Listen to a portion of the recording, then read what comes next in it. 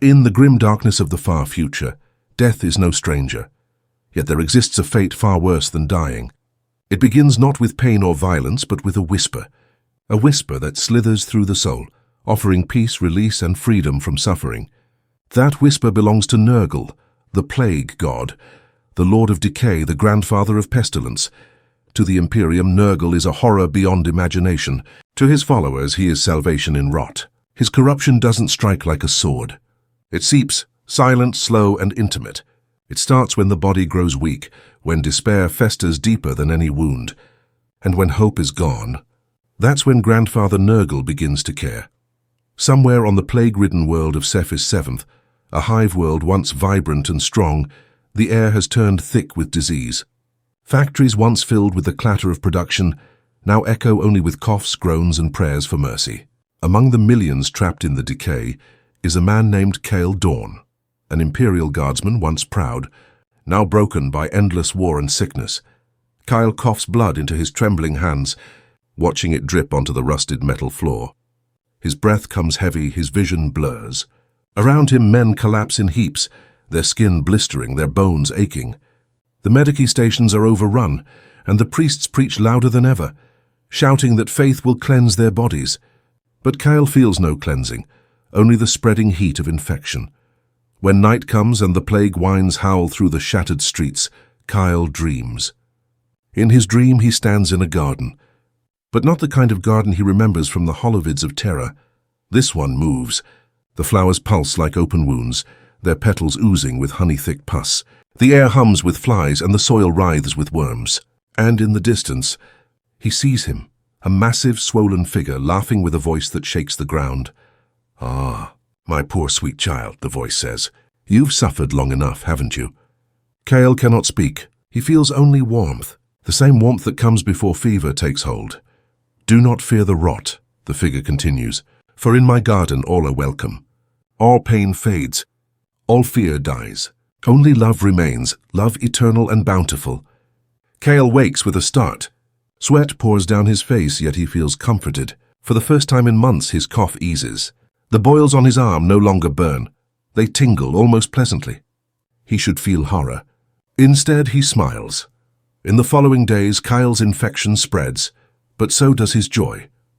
His comrades recoil as his skin softens, turning a pale greenish hue. Flies gather around him, yet he doesn't swat them away. They feel friendly. His breath smells of rot, but his voice carries calmness. When a commissar confronts him, accusing him of heresy, Kael simply laughs. "Heresy? No. I have been blessed. The grandfather loves me. He loves us all." The commissar raises his bolt pistol, but before he can fire, Kael's skin bursts open, releasing a cloud of spores. The man screams as his flesh melts, his armor cracking under unseen pressure. The air fills with laughter, soft, childlike, and endlessly cruel. Kael kneels, arms raised to the rotting heavens. "I see it now," he whispers. "Decay is not death. It is rebirth." Kael Dorn was no longer a man. He was something becoming. The infection that had once been his doom now felt like life itself. His blood pulsed with warmth. His wounds oozed a strange nectar that healed instead of hurt. The more his flesh decayed, the stronger he felt. His body, bloated and soft, moved with a strange, gentle grace. The soldiers around him recoiled. They called him monster, heretic, plague-born, but Kael only smiled, his teeth yellowed and cracked. "Don't you see?" he said, his voice bubbling through pus-filled lungs. "The grandfather offers mercy, where the emperor gives only pain." The commissar's corpse still lay on the floor, half dissolved by Kael's spores. The others dared not approach, but the air was already thick with contagion. Within hours, the barracks filled with coughs, screams, and fevered laughter. And through it all, Kael walked among them, spreading the grandfather's love. The dream returned that night. Kael stood once more in the Garden of Nurgle. Vast, endless, alive, towering trees dripped with phlegm and sap. Their branches hung heavy with fruit that squirmed and giggled softly. The ground beneath his feet pulsed like the skin of a great beast, and the air carried a sweet, foul perfume. Before him sat Grandfather Nurgle, immense and joyful. His belly hung vast and open, his flesh crawling with tiny nurglings that sang and played within his folds. His laughter rolled like thunder, warm and putrid. "Kale, my child," Nurgle said, his voice booming yet tender. "You have done well. You've shared my gifts with your kin." Kyle fell to his knees, trembling, not in fear but awe. I didn't mean to. I only wanted to live." "Ah, life," said Nurgle, his tone dripping with amusement. "All life is mine, little one, from the smallest spore to the grandest god. You have only embraced what others deny." Kale looked around him, at the thousands of tiny creatures playing in the rot, Nurglings, plague-bearers, beasts with bellies full of worms and smiles full of joy. He felt their eyes upon him, loving, adoring. For the first time in his miserable existence, Kale felt wanted. "But why me, my lord?" he whispered. Nurgle's great hand, swollen and dripping with slime, reached out and brushed against Kale's head. The touch burned and healed at once. "Because you listened," Nurgle said softly. "Because when others cried out for deliverance, you accepted my blessing. You are loved, Kale Dawn, loved eternally." Kyle began to weep, his tears mingling with the filth upon his cheeks. "Dieds will serve you." "You already do, my dear child," Nurgle chuckled. "But soon there will be more to share. The galaxy suffers, and suffering is the soil where love blooms." Nurgle leaned close, his breath hot and humid, reeking of sweet decay. "Go now, my son. Spread the joy. Let all know the beauty of rot." When Kyle awoke, he found himself surrounded by corpses. Yet not all were dead. Some twitched. Some rose. They were changing, their flesh swelled, their eyes melted into pustules, their bones cracked and reshaped. From the fallen of Cephas 7, new life was being born. Nurgle's life. Kale raised his arms to the sky. His voice thundered across the hive city, echoing through the plague-ridden streets. "The grandfather loves you all. Do not resist, embrace the gift." Those who fled carried the infection further. The disease spread faster than the Imperial Guard could burn it. Whole sectors of the city were consumed within days. Far above the dying world, aboard the battle barge Pax Invictus, the Inquisition received word of Cephas 7's fall. Inquisitor Thalen, grim-faced and scarred, stared at the data feed. Images of the planet scrolled before his eyes, streets overflowing with bloated corpses, towers dripping with green ichor, skies blackened with flies. "Send the exterminatus codes," Thalen said quietly. "This world is lost. Sir, there are still civilians. There are no civilians left. Only children of decay." Back on the surface, Kyle watched the skies ignite. Fire rained from above, orbital bombardments, purging flames, holy death. The earth cracked open and oceans boiled. But Kale did not scream. He only laughed, his voice carried by the storm. He felt his flesh burn, melt, and reform.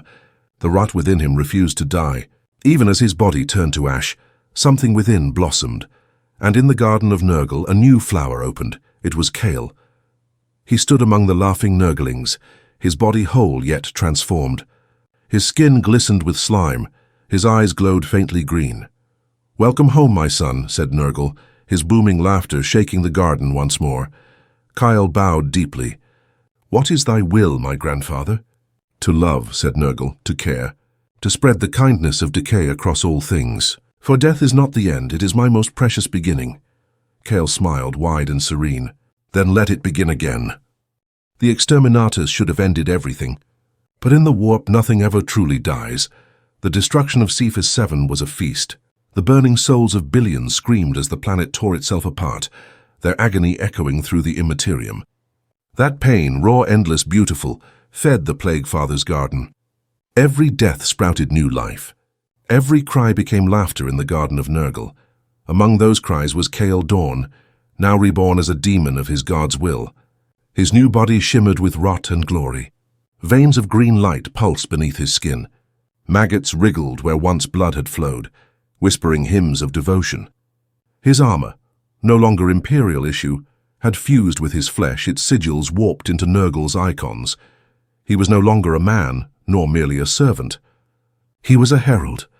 "Rise, Kale Dawn," came the voice of Nurgle, warm and thundering, like a storm beneath the skin. "You are my contagion given form. The galaxy mourns and it shall be comforted." Kyle bowed, slime dripping from his joints. "Where shall I go, grandfather?" "To the living," Nurgle answered, chuckling. "For they are the ones who suffer most from the lie of purity." And so Kale emerged from the warp, his presence a wound in reality. His form appeared aboard a derelict vessel drifting through the void. The ship was the Aquila's Mercy, once a proud Imperial freighter. Now it was a tomb of silence, adrift for years, its crew long dead or maddened. Kyle's first breath filled the corridors with spores. Lights flickered, metal corroded. He walked among the corpses, humming softly, a lullaby he did not remember learning. "Hush now, little one. The grandfather loves you." The dead stirred, flesh melted, bones twisted, eyes bloomed with pustules. One by one they rose to greet him, new plague-bearers, their voices merging into a droning chant. "Unclean. Unclean, but loved," Kyle smiled. "Yes, my children, love the rot. Hilt makes us whole." As the ship drifted near the warp storms, its systems flickered to life. The Vox network screamed as corrupted data poured into nearby Imperial channels. A single signal repeated endlessly, "Rejoice, the Grandfather comes." Imperial patrol ships intercepted the message. They sent tech priests to decode it, inquisitors to trace it. None returned. The plague spread faster than light. World after world began reporting mysterious infections, diseases that did not kill but transformed. People began laughing uncontrollably as their bodies decayed. Soldiers broke ranks, priests wept in joy, and entire hives sang hymns of rot. In the Garden of Nurgle, the laughter grew louder. On the shrine world of Helion 9, the faithful prayed for deliverance. The cathedrals glowed with golden light, their towers piercing the smog-filled heavens. Billions gathered to chant the Emperor's name, begging his mercy against the plague. But mercy was not what they received. A mist rolled in, thick, green, and sweet-smelling. It seeped through windows and cracks, down into the catacombs, into the lungs of the praying masses. At first they coughed. Then they smiled, their skin blistered. Their eyes leaked tears of yellow pus, and then they began to laugh, softly then wildly. From the center of the great basilica rose Kale Dawn, his wings of bone and mold unfurling, his voice echoing across the entire city. "Do not fear the rot, my brothers and sisters. The Emperor gave you pain and called it faith, but Grandfather gives you decay and calls it love." The statues of saints cracked and bled Ehcoes. The stained glass melted into slime. The high priests collapsed as nurglings crawled from their mouths. Helion 9 was lost within a day. Inquisitor Thalen, still haunted by the loss of Cephas 7th, received the report. "Another one," his adjutant whispered. "The plague world." "Spreads again." Thalen clenched his jaw. "Contact the Ordo Malleus. If this is what I think it is, we are dealing with a Daemon Prince. Name." He hesitated. The data slate displayed an image. Kale's rotting smile caught in a dying soldier's helmet feed. "Kale Dawn," Thalen said softly. "The Plague Herald of Nurgle." "Then what are your orders, my lord?" Thalen looked out the viewport. The void beyond shimmered with a sickly green hue. "Burn every world he touches, every single one." Kyle felt the fire once again. Imperial fleets unleashed holy cleansing across the stars, but fire meant nothing to him now. Each exterminatus only fed the garden. Each sacrifice was another bloom in Nurgle's eternal rot. He stood on the ruins of Helion 9, watching the bombardment from above. The sky rained light, but his laughter drowned the thunder. He turned to his followers, an army of diseased saints, their armor rusted, their faces melted into grinning masks. "Do you hear it?" Kyle asked. They nodded. "The Emperor's sons still cling to their false light," he said, "but even they will learn that decay is the only truth. Their blood will water the soil of Grandfather's love." A chorus of voices rose in unison. "Glory to Nurgle. Praise the kindly plague." And in the warp, Nurgle watched with glee. The plague god leaned back upon his throne of filth, his belly shaking with laughter. His children danced in delight, spreading spores that would one day become stars. "How sweet they are," he said softly. "So fragile, so precious, and yet in their suffering they bloom." A single tear, thick, green, and full of life, rolled down Nurgle's cheek and splashed into his garden. From it rose a new flower, a black rose dripping with pus. He plucked it gently and whispered to it, "Carry my love, little one." The flower's petals unfurled, and a new plague was born. On the distant forge world of Ardent Prime, servitors began to cough. Machines rusted overnight. Sacred oils turned to slime. The Mechanicus declared it heresy of the highest order. But no prayer could stop what had already begun. Kyle's laughter echoed faintly across the stars, carried by spores through the void. "You cannot quarantine love. The corruption of Nurgle is never an instant transformation. It is a grotesque evolution, a slow descent from life to a parody of it. As the disease progresses, the body begins to bloat with vitality of a different kind. The victim's muscles soften, their skin swells and discolors, and every breath becomes a wet, rattling whisper. Yet within that decaying shell, the power of the plague god stirs, filling the faithful with an unholy resilience. For those touched by the plague father, pain ceases to be an enemy. It becomes a companion, a reminder of his blessings. The infected soon discover that their wounds no longer close in the way they used to. Instead of healing, the flesh festers and oozes, but it does not die. Rotting limbs remain animate, pus-slick organs continue to function, and maggots crawl through tissue that somehow still feels. It is the paradox of Nurgle's touch, the eternal preservation of decay. To the outside world, this is horror beyond measure. To the faithful, it is divine transcendence. The stench of corruption that would drive others to retching madness is to them the perfume of devotion. The first time a follower of Nurgle realizes that their pain has become pleasure, that the ache in their bones is now a hymn of worship, they laugh. It is a sound thick with mucus and joy, the laughter of the plague god himself echoing in their souls. As the transformation deepens, hallucinations begin to form, visions of Nurgle's garden, a realm both hideous and beautiful. The air there hums with the droning of fat flies. Rivers of filth bubble lazily through rotting meadows, and the bloated carcasses of titanic beasts serve as thrones for Nurglings who giggle and play. Amidst this pestilent paradise stands Grandfather Nurgle, vast and smiling, his corpulent body a mountain of putrescence. His laughter shakes the sky, and his voice seeps into the minds of his chosen. Rejoice, my child, for through decay all life is renewed. To the newly corrupted, these visions are not nightmares but revelations.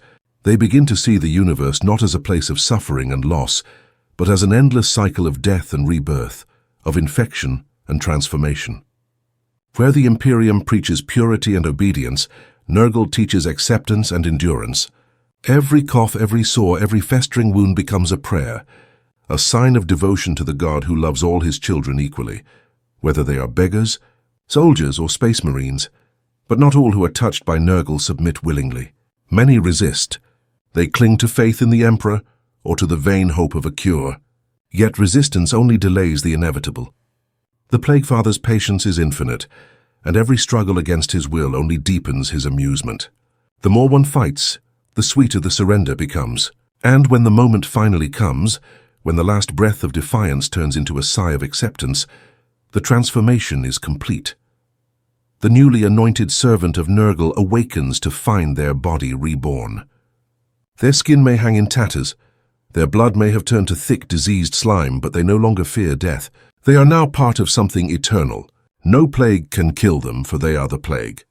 No pain can break them, for they have transcended it. For the rare few who have been strong or devout enough in life, Nurgle's gift goes further. These chosen are elevated into the ranks of the Plague Marines, the immortal warriors of decay. Once noble Astartes, they are now swollen monstrosities encased in rusting armor that has fused to their festering flesh. Their once holy bolters spew filth and disease as much as bullets, and their every step leaves behind pools of contagion. To witness a plague marine in battle is to see the philosophy of Nurgle made flesh. Blades that would sever a normal man's limb only splash pus and ichor, and the marine keeps coming laughing with gurgling joy. Lay's gun burns close with a hiss, but the wound simply seeps and reforms into something worse. Even when torn apart, the pieces of their body writhe with life, eager to spread infection to anything they touch. Their laughter echoes across the battlefield, not mockery, but genuine delight. They fight not for conquest or revenge, but for the simple joy of sharing Nurgle's gifts with others. Every slain foe is a seed of contagion, every wound inflicted a potential new convert. For to Nurgle, death is not an ending. It is merely a new beginning of rot. Meanwhile, in the mortal realm, the spread of Nurgle's corruption follows predictable yet horrifying patterns. A single infected traveler might bring a world to its knees. The disease starts subtly, an unexplained cough, a fever that doesn't break, a rash that spreads like wildfire. But soon cities drown in filth and death. Hospitals overflow with the dying, whose pleas turn into prayers, whose prayers turn into hymns. And somewhere in the darkness, The laughter of the plague god rings out softly, as if carried by the buzzing of 1,000 flies. The Imperium calls it heresy. The Inquisition calls it annihilation, but Nurgle calls it love. His love is grotesque but pure, given freely to all without discrimination, and once it is accepted, it never leaves. The infected feel his presence like a father's embrace, warm, suffocating, and eternal. Even as their organs liquefy and their minds unravel, they find peace. They begin to sing hymns in voices choked with bile. Their eyes, clouded by infection, still shine with joy. They do not fear the Emperor's wrath, for they know the truth, that Nurgle's rot is not destruction. It is rebirth through decay. Those who have seen the Plague Father in their dreams describe him as terrifying yet strangely comforting. His grin splits a face swollen with disease. His belly bursts with life as Nurglings crawl and laugh within its folds. He gathers his children close, whispering promises of eternity. His touch burns, but the pain fades quickly, replaced by a serenity no mortal words can describe. And so, whether through a creeping infection or a willing sacrifice, the corruption continues. Worlds fall, armies rot. But Nurgle's garden flourishes, ever growing, ever thriving in the decay of all things. The irony, of course, is that in this endless cycle of death and rebirth, there is a kind of hope. A twisted, sickly hope, but hope nonetheless. For in Nurgle's embrace, there are no lies of purity, no fear of judgment, no dread of finality. There is only acceptance, and the laughter of a god who loves you even as you rot away. When the corruption of Nurgle takes root in a world, it never begins with thunder or fire. It begins quietly.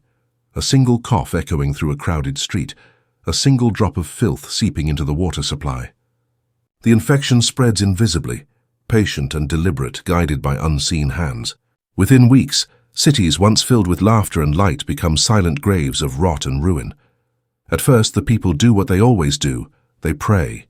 They kneel before statues of the Emperor, clutching holy symbols, begging for deliverance. Priests burn incense and declare that the sickness is a test of faith. But as the dead begin to rise, not as ghosts but as bloated, laughing husks, faith begins to crumble. Those who once preached purity now cough blood into their sermons. Those who once begged for salvation begin to whisper another name in the dark, Nurgle. For some, the transition is not driven by choice but by necessity. In the face of endless suffering, the Plague Father's promises sound almost kind. He does not ask for perfection. He does not demand purity. He accepts the broken, the weak, the infected, and makes them whole again in his own image.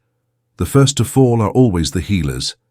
Doctors, medics, chirurgeons, they see the futility of their work, the endless tide of disease that no cure can stem.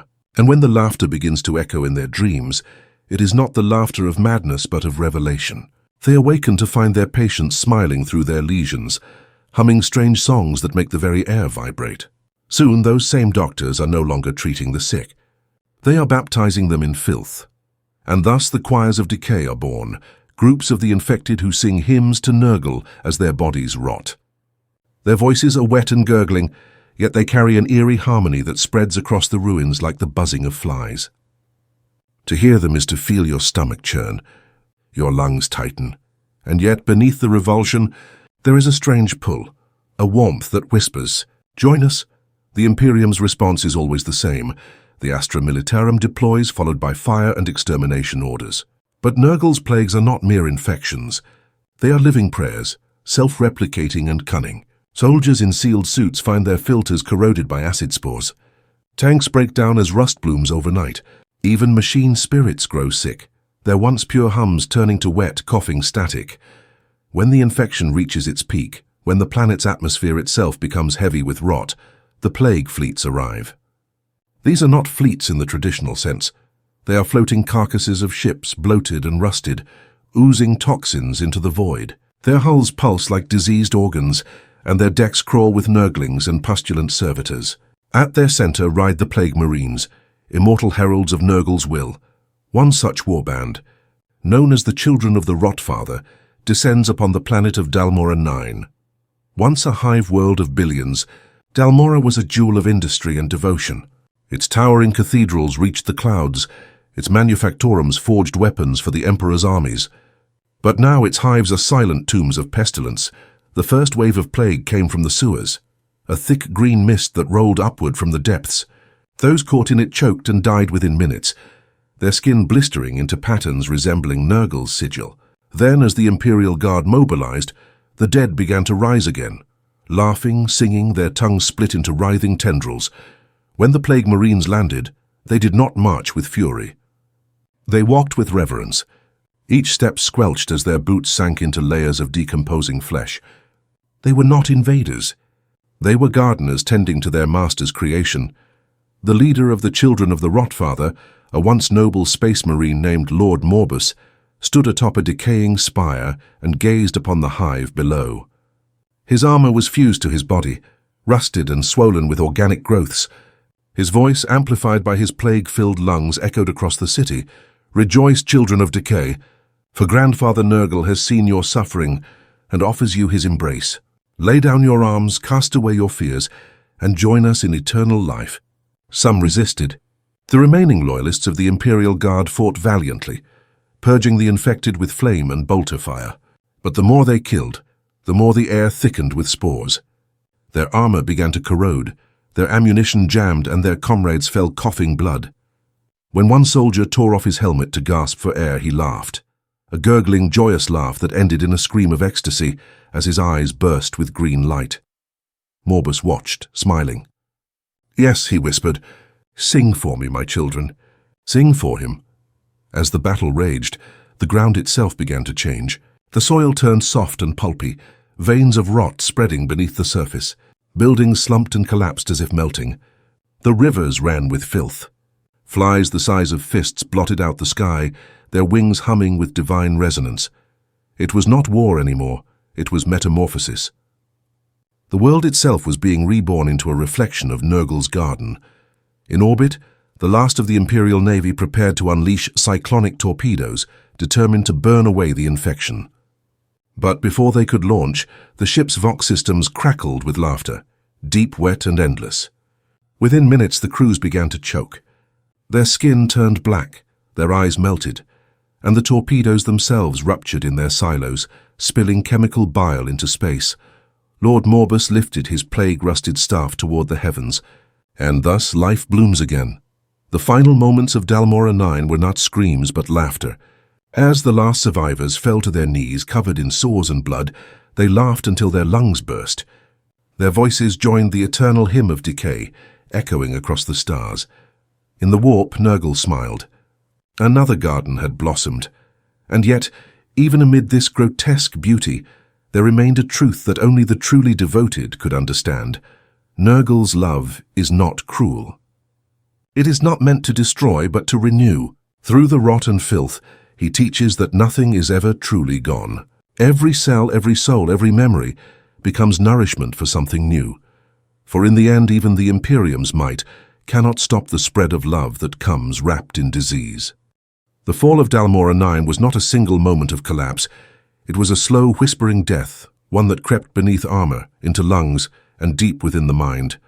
When the sky turned green, and the last of the hive's towers crumbled into heaps of decayed metal, the survivors no longer knew whether they were still fighting or had already become part of the infection. For Sergeant Alaric Voss, commander of the 117th Dalmoran Defense Regiment, the days had lost meaning.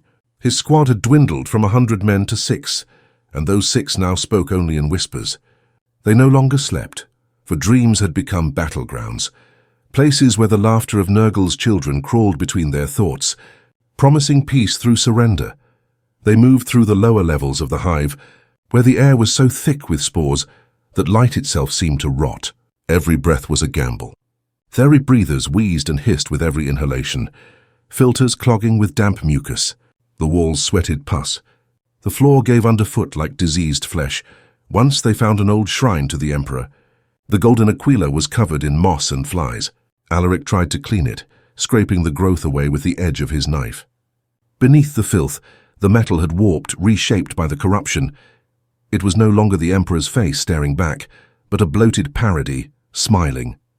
Private Juno screamed when she saw it. "It's watching us," she whispered, pointing at the idol. "It's alive. Keep moving," Alaric ordered, but even his voice trembled.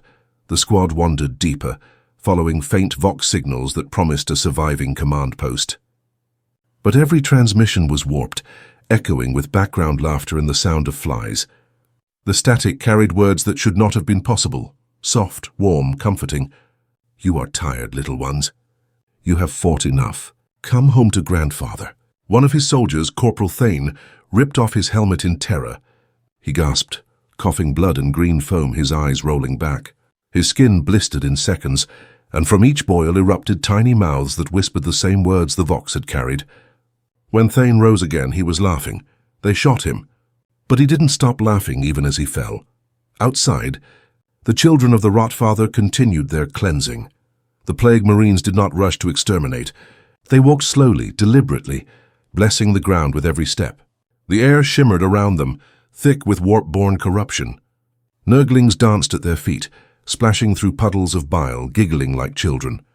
Lord Morbus moved through the streets like a priest conducting a sacred mass.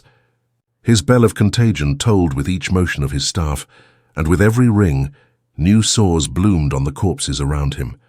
He spoke softly, yet his voice carried through the ruins. "Rejoice, my little blossoms. Life is not gone. It has merely changed its shape." Around him, the infected citizens crawled forward, dragging what remained of their bodies. They were no longer human, but something beyond that. Patchwork beings of flesh and fungus. Their faces melted into eternal smiles as they reached toward their god's herald. In orbit, the plague ships continued to pour filth onto the planet, seeding its surface with warp-spawned blessings. One of them, a grotesque fusion of flesh and metal known as the Garden's Breath, split open like a flower, releasing spores that glittered like stars as they drifted downward. Each one carried Nurgle's essence, a tiny piece of his love. When they touched the ground, they grew into new life. Trees of bone, roots made of veins, leaves dripping with pus. It was horror, yes, but it was also creation. In the depths of the hive, Alaric's squad stumbled upon a strange chamber, circular, lined with pipes that oozed slime. At its center stood a figure hunched over a cauldron, stirring with a staff made of bone. The smell was overpowering, rot, blood, and sweet decay. The figure turned. It was human once, perhaps even a priest. His robes were green and gold, but now covered in mold. His face was gone, replaced by a swarm of buzzing flies that hovered where his head should be. When he spoke, the flies vibrated, creating a droning voice. "Welcome, children. You look so tired." Alaric raised his laser gun. "Stay back." The priest spread his arms. "Why resist what you already carry within?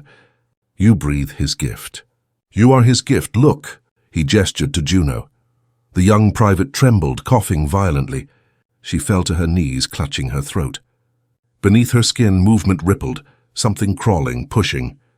With a scream, her armor split, and from her chest burst a bouquet of fungal growths glowing faintly green. She looked up, tears of blood running down her cheeks. "It doesn't hurt anymore," she whispered. "It's beautiful." The priest smiled, or rather the flies did. "Yes, you see now." Alaric fired, the last bolt searing through the priest's chest. But there was no blood, no death, only laughter. The priest's body melted into the floor, the flies scattering, forming words in the air. "Every end is a beginning." The chamber shook. The cauldron boiled over, spilling its contents across the floor. The slime moved like liquid flesh, reaching for Alaric. His men screamed as it touched them. Some disintegrated, others transformed instantly into grotesque statues of rot and joy. Alaric fled. He ran through collapsing corridors, the walls pulsing with veins. The laughter followed him, not cruel but warm like a lullaby. His mind began to fracture. His armor was rusting, his flesh burning. Each step felt heavier. He stumbled into an open square where the sky above swirled with green clouds. In the distance, he saw Lord Morbus standing before a fountain of filth. The Plague Marine's presence was like gravity, pulling everything toward him. Alaric fell to his knees. "Why," he rasped. "Why us?" Morbus looked down at him, his helm dripping pus. "Because you were dying long before we came. Your Imperium is a tomb, your Emperor a corpse. We bring life. Look around you. Can you not feel it?" Alaric coughed, blood and bile spilling from his mouth. "You call this life?" "Of course." Morbus knelt, his voice almost gentle. "Decay is life. Growth comes from rot. Even your pain is a seed waiting to bloom." He reached out and placed a massive hand on Alaric's shoulder. The metal of his gauntlet hissed against Alaric's armor, melting through. The contact burned like acid, but beneath it something else stirred. Warmth, peace, acceptance. The laughter returned, not from outside, but within. It rose from his chest like a second heartbeat. He could feel his body changing, the infection crawling through his veins, but this time, it didn't feel wrong. The fear was gone. He looked up at Morbus, eyes glazed, and smiled. "I understand now." Morbus nodded. "Welcome home, child of rot." And as Alaric's skin began to crack and bloom, his voice joined the chorus, the endless joyous hymn of Nurgle's children. The sky above pulsed, releasing more spores, and the world sang in harmony. In the Imperium, Nurgle's laughter echoed, deep, booming, and full of love. Another soul had found its way home. The moment of transformation under Nurgle's gaze is not an end, it is a beginning. For those who have endured the agony of corruption and embraced the grandfather's love, a strange peace often follows. Their skin may rot, their insides may churn with pus and disease, yet within their bloated forms beats a heart filled with grotesque joy. It is a paradox. The most hideous of fates brings the purest release from fear. Within the Garden of Nurgle, time itself festers and blooms in cycles of decay and rebirth. What was once a pristine soul becomes fertile ground for corruption, just as the soil must rot to feed new life. The garden is alive with sickly vitality, a realm of sludgy rivers, rotting flora, and buzzing insect swarms that sing praises to their master. Trees ooze with pus instead of sap. Their roots writhe like worms, feeding upon the corpses that litter the swampy ground. The air is thick with the scent of sweet decay, and yet it is strangely comforting, like the smell of earth after rain. The corrupted mortals who find themselves here are not prisoners, but gardeners. Nurgle's chosen serve him by tending to his rotting paradise, spreading his plagues across reality. Like pollinators, they nurture the flowers of disease, each bloom representing a unique contagion, crafted lovingly by the plague god himself. These gardeners sing hymns as they labor, their voices croaking and gurgling, echoing through the mists of corruption. Some tend to the maggot orchards, where writhing larvae feast upon corpses strung from trees like grotesque fruit. Others gather the dripping nectar of infection from blight vines, using it to brew Nurgle's most potent gifts for the mortal realms. Those who have lived and died by disease find a strange sense of belonging here. Once fearful of death, they now cradle it like a newborn child. Each cough, each sore, each eruption of pus is a blessing, an offering to their benevolent father. Their laughter rings through the pestilent fields, mingling with the croaks of plague toads and the hum of demon flies. In this place, there is no pain that is not also joy, no death that is not also life. But there are others who resist. Not all who fall under Nurgle's corruption embrace his gifts willingly. Some souls, priests, warriors, and healers, struggle against the infection, clinging to the purity of their faith or the strength of their will. Their suffering is immense. Nurgle's plagues are not just physical. They gnaw at the spirit, breaking it down until resistance turns to despair and despair to acceptance.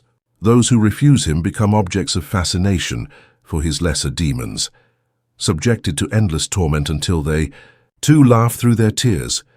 In the mortal realm, the influence of the garden seeps through the veil.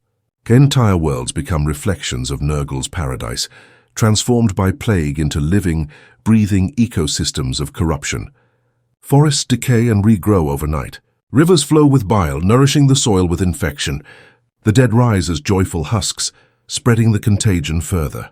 These are known as blighted worlds, and they serve as extensions of Nurgle's will, where the cycle of decay and renewal never ends. Among the many forms of Nurgle's followers, none embody his ideals more perfectly than the Death Guard, space marines forever bound to the cycle of rot.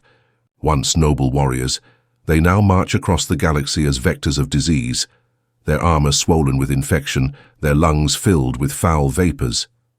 To them each battle is an act of worship, each death a sacrament. Their primarch, Mortarion, leads them with the grim serenity of one who has long accepted his fate. Once a man who despised weakness, Mortarion now serves as the greatest herald of decay, proof that even the strongest can fall and find purpose in ruin. The Death Guard's ships, known as plague fleets, drift like derelict tombs through the void, carrying the blessings of Nurgle to unsuspecting worlds. Their holds teem with pestilence. Their decks ooze with slime. When they descend upon a planet, the air itself curdles, plagues spread faster than fire, and within days the living envy the dead. Yet when the infection runs its course, when all resistance has rotted away, new life stirs amid the ruins. Flies hatch from corpses, mushrooms bloom from the bones of cities, and a strange harmony returns. To Nurgle, this is perfection, the universe reborn through endless decay. Back in the Imperium within the garden, the laughter of Nurgle himself shakes the rotting heavens. His joy is immense, for every soul that succumbs adds to his bounty. Seated upon his throne of filth, the Plague Father stirs a great cauldron, brewing new diseases with the tenderness of a loving craftsman. Each potion is a masterpiece, designed not merely to kill but to transform. Around him, Nurglings, tiny, mischievous demons, frolic in the muck, splashing and giggling, feeding off the endless overflow of his creations. Sometimes, the Grandfather will lift one of these tiny creatures and hold it close, whispering secrets of life and death into its pus-filled ear. To him, every living thing, every soul that suffers, every mortal who coughs in pain, is part of his grand experiment. Nurgle's love is not cruel for cruelty's sake. It is an embrace of the inevitable. He does not see disease as punishment, but as a reminder that all things must end so that new things may begin. Those who have seen Nurgle's garden and returned speak of visions so vivid that they never heal from them. They describe a beauty hidden beneath the filth, a strange, perverse serenity. In the glistening pustules, they claim to see stars. In the buzzing flies, they hear choirs singing hymns of creation. Madness follows such revelations, but also enlightenment. For in understanding Nurgle's philosophy, one understands a truth as old as time. Decay is not destruction, it is transformation. Yet even in his generosity, Nurgle is not merciful. His love is consuming, leaving nothing untouched. When a world is blessed by his presence, it will never again know purity. The very concept of cleanliness becomes alien. The oceans boil with slime, the air is thick with spores, and the survivors, if any remain, worship him as both savior and destroyer. And so, the cycle continues. From life to death, from death to life again, the Grandfather's laughter echoes through the warp, carried on the wings of demon flies. His followers rejoice, his enemies rot, and the galaxy turns slowly in his shadow. For in the end, all things, great or small, pure or corrupt, will fall into his garden, and there they will bloom once more. Those who fear Nurgle misunderstand him. To fear decay is to fear life itself, for every living thing is destined to wither. The wise learn to smile as they rot, to find beauty in the maggot's feast and the flower's wilt. To accept Nurgle's gift is to find peace where others see horror, to embrace the cycle, not fight it. As the corrupted stand amidst the pestilent fields of eternity, they chant in one voice, their words bubbling through phlegm and slime, from death life, from rot renewal, from suffering joy. Praise be to Grandfather Nurgle, whose love is eternal. And somewhere, deep within his swamp of paradise, the Plague Father stirs and laughs again, a sound that shakes the stars and sends ripples of corruption through all creation. The transformation was almost complete. Elysia could feel his skin splitting, his bones softening, and his breath bubbling with the putrid stench of 1,000 infections. What had once been pain had now become ecstasy. The divine paradox that Nurgle preached to all his followers: through decay there is renewal, through death there is eternity. He had screamed until his throat became a tunnel of mucus, but even that agony dissolved into laughter, thick, delirious, and endless. He looked down at his hands, or what was left of them. His fingers were swollen like bloated worms, their flesh translucent with green veins pulsing underneath. Where his fingernails once were, small fungal blooms had sprouted, releasing tiny motes of rot that shimmered in the fog. They danced around him like insects drawn to a corpse. Elysia watched in awe, no longer disgusted. They were beautiful, each one a child of decay, a gift from his god. When he exhaled, his lungs expelled more than air. Green spores drifted outward, spreading across the ruins around him. The walls of the derelict shrine were already alive, covered in moss, fungi, and veins of corruption that pulsed like living organs. The metal rusted faster in his presence, Even the corpses of the dead Imperial guardsmen twitched slightly, their decaying muscles responding to the plague winds. "Do you feel it?" came a voice from the mist, deep, wet, and bubbling. Elysia turned, and before him emerged a massive figure clad in decayed power armor, his every step leaving puddles of corruption. The figure's voice was like thunder mixed with the gurgle of disease. "Do you feel his love now, child?" "Father Nurgle's love," Elysia whispered, his voice gargled. "It burns. It heals. It consumes," the warrior chuckled, a sound like splitting flesh. "You are reborn. You are his now. Your suffering is your blessing. Every rot that grows upon you is proof that he watches." Elysia fell to his knees. His tears had long ago turned to pus, and his tongue was covered with sores. But through the blur of his decayed vision, he saw beauty. The world around him was no longer dead, but teeming with life in its most grotesque form. Flies buzzed joyfully, worms wriggled through the remains of his old flesh, and the stench of decomposition became perfume. Then came the voice, not from outside, but from within. It was warm, loving, and infinite. "My child, why do you cry?" Elysia's heart convulsed. "My lord, you speak to me. Always, my child. I have watched you since your first infection. You have suffered well. You have spread my garden to new soil. You are no longer bound by decay. You are decay. You are eternal." He wept harder, the fluids spilling down his face, sizzling as they touched the ground. His God had spoken. All the years of agony, the fear, the despair, all of it had led to this divine communion. Suddenly, memories flooded his mind, his old life, his home on the hive world, his family, his faith in the Emperor. He remembered the day he was captured by the Death Guard, the plague knife pressed to his chest, and the infection taking hold. But instead of pain, he now saw it as salvation. "Thank you," he whispered, trembling. "Thank you for saving me from the false light." The presence of Nurgle faded, but the warmth remained, a pulsing, eternal rhythm that throbbed through his rotted veins. Elysia rose, his movements sluggish yet filled with purpose. The Death Guard warrior nodded approvingly. "You are one of us now," he said, "a bringer of the gift. Your soul is immortal, your flesh a seed. Wherever you walk, his garden grows." Together they marched through the fog, the air thick with rotten laughter. Around them the land changed. Trees mutated into flesh-like trunks, their leaves oozing bile. Rivers turned to sludge, carrying spores that glowed faintly in the darkness. Every creature that breathed that air began to change. Some screamed, some laughed, and others simply burst into clouds of spores that joined the ever-growing mists. Elysia's new body didn't decay further. It evolved. Every sore became an eye, every wound a mouth that whispered hymns to Nurgle. His voice joined theirs, forming a choir of grotesque devotion. There was no longer a distinction between flesh and fungus. He was both a living monument to his glory.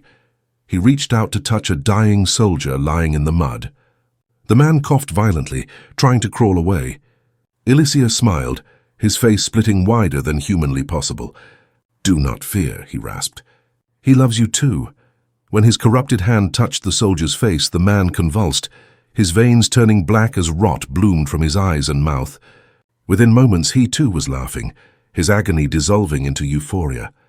The cycle continued.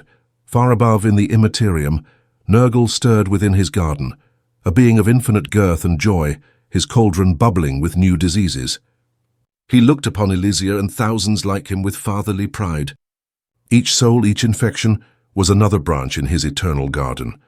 To Nurgle there was no evil in what he did. Where others saw horror, he saw love. Where others saw death, he saw rebirth. The cycle of decay was not an end, but a promise.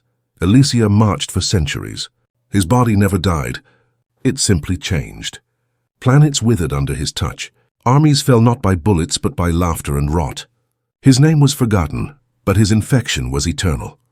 The Imperium cursed him as a plague demon, but in the Garden of Nurgle he was known as the Bloomed One, forever blessed by the hand of his god.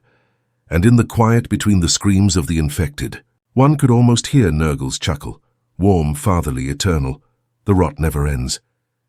The rot had spread beyond Elysia's control, though control was no longer a concept that meant anything to him. He had become something greater than mortal, greater than demon, greater even than the word alive. He was an instrument, a vessel of the Plague Father's will, and through him, an entire planet was learning the true meaning of eternal life. What had once been a thriving Imperial forge world, known as Carthax 9, was now unrecognizable. The once golden spires that pierced the sky were now hunched, corroded silhouettes, twisted and dripping with a living, oozing rust. Smokestacks coughed clouds of green fog instead of black soot, and the metallic clang of industry had been replaced by the moist, rhythmic pulse of organic growth. It had started with the air. Invisible spores drifted across the cities, seeping into lungs, vents, and water supplies. People coughed, then laughed, then wept. Their skin grew soft, their eyes clouded with fevered joy, and before long they began to bloom. Some sprouted fungal horns from their skulls. Others split open, releasing clouds of infectious delight that floated down on others like pollen. The first to fall were the weak, workers, children, the poor. But the Plague Father was a generous god. He didn't discriminate. The nobles, the priests, even the planetary governor found their palaces melting beneath carpets of living mold. Their polished marble turned to dripping flesh, their banners sagging under the weight of slime and rot. Elysia watched from what had once been the governor's balcony, now a throne of writhing roots and decayed metal. His armor pulsed like a living thing, greenish fluids seeping from the joints. His voice was no longer speech. It was a resonance, a hum that carried through the spores. Every being infected by his presence could hear it in their minds. "My children," he whispered, though his voice echoed across the planet, carried by disease and despair alike. "Rejoice, for your pain has ended. Death will not take you. You belong to the garden now." And they did. Everywhere across Carthax 9, the dead refused to stay dead. Limbs twitched, corpses laughed, and those who had once begged for mercy now prayed for infection. They built shrines out of bone and filth, offering their last breath to Father Nurgle. The sky itself darkened, clouds thick with disease blotting out the sun, raining filth and warmth instead of water. From the heavens, the Death Guard arrived. Their ships broke through the rotting atmosphere like celestial plague ships, their hulls covered in sores and fungus. They didn't come to conquer, they came to harvest. The planet had bloomed beyond expectation, and even the hardened plague marines who stepped onto its surface could feel the love of their god radiating through the air. A champion named Lord Morbus, towering and ancient, approached Elysia as he stood upon his living throne. His armor was swollen with boils and stitched symbols of the 7 circles of rot. "Thou have done well, bloomed one," he growled, his voice echoing inside his broken helmet. "Father Nurgle smiles upon you. The bloom spreads even into the warp. The demons sing your name." Elysia turned, his face a grotesque mask of serenity. "I am but soil, my lord. He plants, and I grow. The rot knows its place." Morbus laughed, a sound that made the ground tremble. "A true servant. You've done what few mortals ever could. You've birthed a world, a true garden for his joy." But even as they spoke, something stirred beneath the surface. For though Nurgle's gifts are blessings to his children, to the Imperium they are blasphemy, and the Emperor's wrath cannot be ignored forever. Orbiting above the corrupted planet, a battle fleet of the Adeptus Astartes arrived. Their ships gleamed with purity seals and gold-lit icons of the Emperor. They broadcast one message to all below. By decree of the Imperium of Man, the world of Carthax 9 is condemned to exterminatus. May the Emperor's light cleanse the rot. Elysia looked skyward. The clouds trembled with thunder. Or was it orbital fire? He could feel the weapon charging. He could feel the hate, the fear, the desperation of those above who didn't understand. "They fear what they cannot embrace," he murmured. "They fear eternity," Lord Morbus roared with laughter. "Let them burn! Even in death we bloom." The skies split. Orbital bombardment rained down. Not fire, but light so intense it burned the atmosphere itself. Cities melted into rivers of slag, and millions screamed as their bodies vaporized. The plague mists ignited, turning into clouds of emerald fire. But amidst the destruction, something strange happened. The flames didn't purify. They fed the corruption. The rot thickened, drinking the fire like blood. The spores multiplied, carried by the shock waves into the upper atmosphere. What the Imperium had hoped to destroy, they had instead set free. The infection leapt from the burning world into the void, carried by the very winds of war. Elysia fell to his knees, his body melting, reforming, his soul flickering between mortal and demonic. He could feel Nurgle watching, no, rejoicing. The laughter of the Plague Father echoed across the warp, shaking the fabric of reality itself. "You have done well, my bloomed one," the voice thundered within his rotted mind. "The gift spreads. Death feeds life. Let them destroy, for through destruction my garden grows." Elysia looked around, what was left of his body now merging with the landscape. His veins became roots, his bones became branches. His consciousness spread through the planet, until he was no longer a man but a world, a breathing, pulsating mass of eternal life. The bombardment continued, but Carthax 9 did not die. Fear transformed. What was once a world of metal and fire became a living garden, a monument of decay that glowed faintly in the void. From orbit, it looked like a wound upon the galaxy, but within the warp it pulsed with divine beauty. The Imperium recorded the planet as lost to plague, sealing its name in their archives as a forbidden zone. But in the Immaterium, Nurgle named it something else, the Bloom Eternal. Elysia's mind drifted through the filth and rot, no longer bound by form. He could hear every infected spore laughing, every corpse singing, every child of the plague whispering his name. He was immortal. He was the garden. And the rot never ends. When the final toll of the plague bell echoes across the corrupted land, and the air thickens with the scent of decay and sweetness intertwined, the chosen vessel of Nurgle stands before the threshold of eternity. What once was a human, flesh, fragile and fearful, now stands as a champion of decay, an embodiment of the grandfather's gift. The transformation is never sudden. It is a slow creeping process, each cell rewritten, each nerve ending repurposed, every heartbeat aligned with the rhythm of rot. The victim's consciousness still lingers somewhere deep inside, half dreaming, half screaming.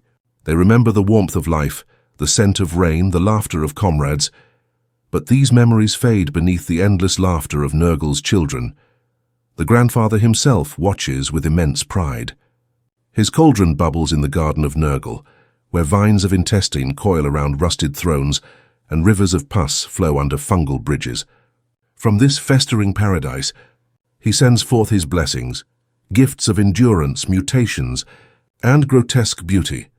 As the chosen mortal collapses into the mud, his armor cracking and bones melting into pulp, the Nurglings cheer like playful infants. They swarm him, crawling across his rotting limbs, whispering lullabies of disease. They pull at his flesh like dough, sculpting him into something eternal. His eyes burst, yet in their place bloom tiny mouths that sing praises to the Plague Father. His spine twists until it forms a branching tree of sores, each one oozing a different pestilence. Yet amid all this there is no pain, only peace. The victim no longer fights. The whispers that once terrified him now soothe his soul.